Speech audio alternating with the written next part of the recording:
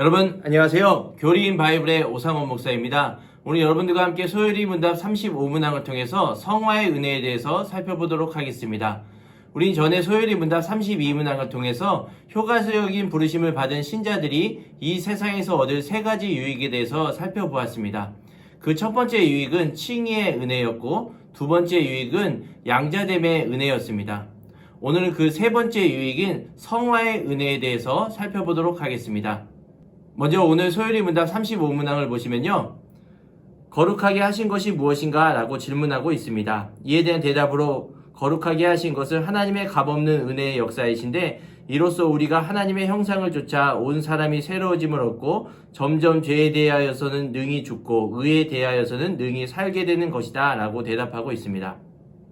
이처럼 성화란 죄로 오염된 우리의 본성이 성령을 통하여서 변화되고 점차 하나님의 자녀와 같이 하나님의 형상답게 살아갈 수 있도록 변화되는 과정을 성화라고 하고 있습니다.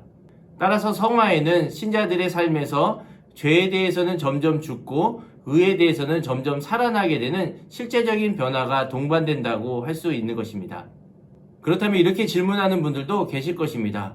우리가 이 땅에서 성화를 다 완성할 수 있을까요? 라고 질문하는 분들도 계실 텐데요. 아무리 경건한 그리스도인이라고 할지라도 죄된 본성을 지닌 육체로 살아가는 이 세상에서는 성화를 완성한 사람은 어디에도 없습니다. 따라서 신자의 성화는 이 땅에서는 결코 완성할 수가 없고 육체적 죽음을 겪는 그 순간에 완성되며 또 죽음을 겪는 그 순간에 모든 영적인 전쟁이 끝난다고 볼 수가 있는 것입니다. 이러한 내용을 웨스트민스터 대요리 문답 78문항은 자세히 설명해주고 있습니다. 대요리 문답 78문항을 보시면요. 왜 신자의 성화는 불완전하게 일어나는가? 라고 질문하고 있는데요. 이에 대한 대답으로 성화의 불완전함은 신자의 모든 부분에 남아있는 죄의 잔재와 끊임없는 육체의 정욕으로 인해 발생합니다. 이것들에 의해 신자들은 유혹에 자주 넘어지고 많은 죄에 빠지고 모든 영적인 섬김에 있어서도 방해를 받습니다. 그래서 신자가 최선을 다해 한 일이라고 해도 하나님 앞에서는 여전히 불완전하고 더러운 것이 되기 때문입니다. 라고 대답하고 있습니다. 다음으로는 칭의와 성화에 대해서 비교하며 살펴보도록 하겠습니다. 먼저 칭의와 성화의 공통점을 보시면요.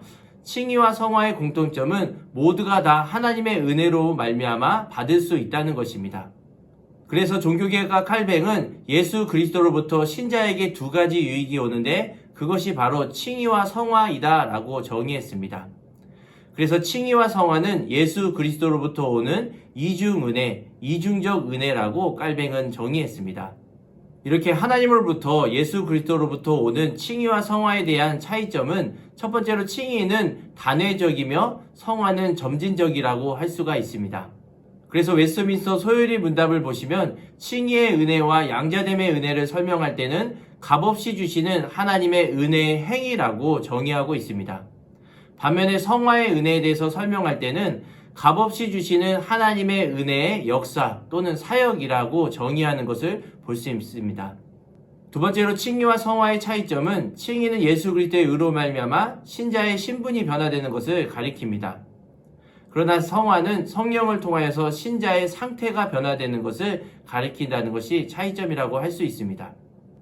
이러한 칭의와 성화를 이해하기 쉽게 비유로 살펴보면요. 누군가 불 속에 그을리고 있는 나무를 건져내었다면 우리는 그것을 칭의 또는 중생, 거듭남으로 비유할 수가 있을 것입니다. 그래서 마치 불에 그을린 나무를 건져내는 것 같이 하나님께서는 저주와 심판 가운데 놓인 죄인된 우리들을 건져주시고 예수 그리스도의 의로 말미암아 의롭다 칭하여 주셨습니다. 그런데 불에 그을린 나무를 건져낼 뿐만 아니라 어떤 한 조각가가 불에 그을린 나무의 여러 곳을 파내고 깎아내고 조각을 하여서 아름다운 형상을 만들었다고 한다면 우리는 그것을 성화에 비유할 수가 있을 것입니다. 이와 마찬가지로 하나님께서는 죄에서 우리를 건져낼 뿐만 아니라 죄된 본성을 성령과 믿음을 통하여서 지금도 깎아내고 파내서 아름다운 형상, 하나님의 형상으로 만들어 가시는데 그것을 바로 성화의 은혜라고 우리는 비유할 수가 있는 것입니다. 오늘은 소요리 문답 35문항을 통해서 성화의 은혜에 대해서 살펴봤습니다. 다음 시간에는 소요리 문답 36문항을 통해서 견인의 은혜와 여러가지 기타 유익들에 대해서 살펴보도록 하겠습니다. 그때까지 건강히 안녕히 계세요.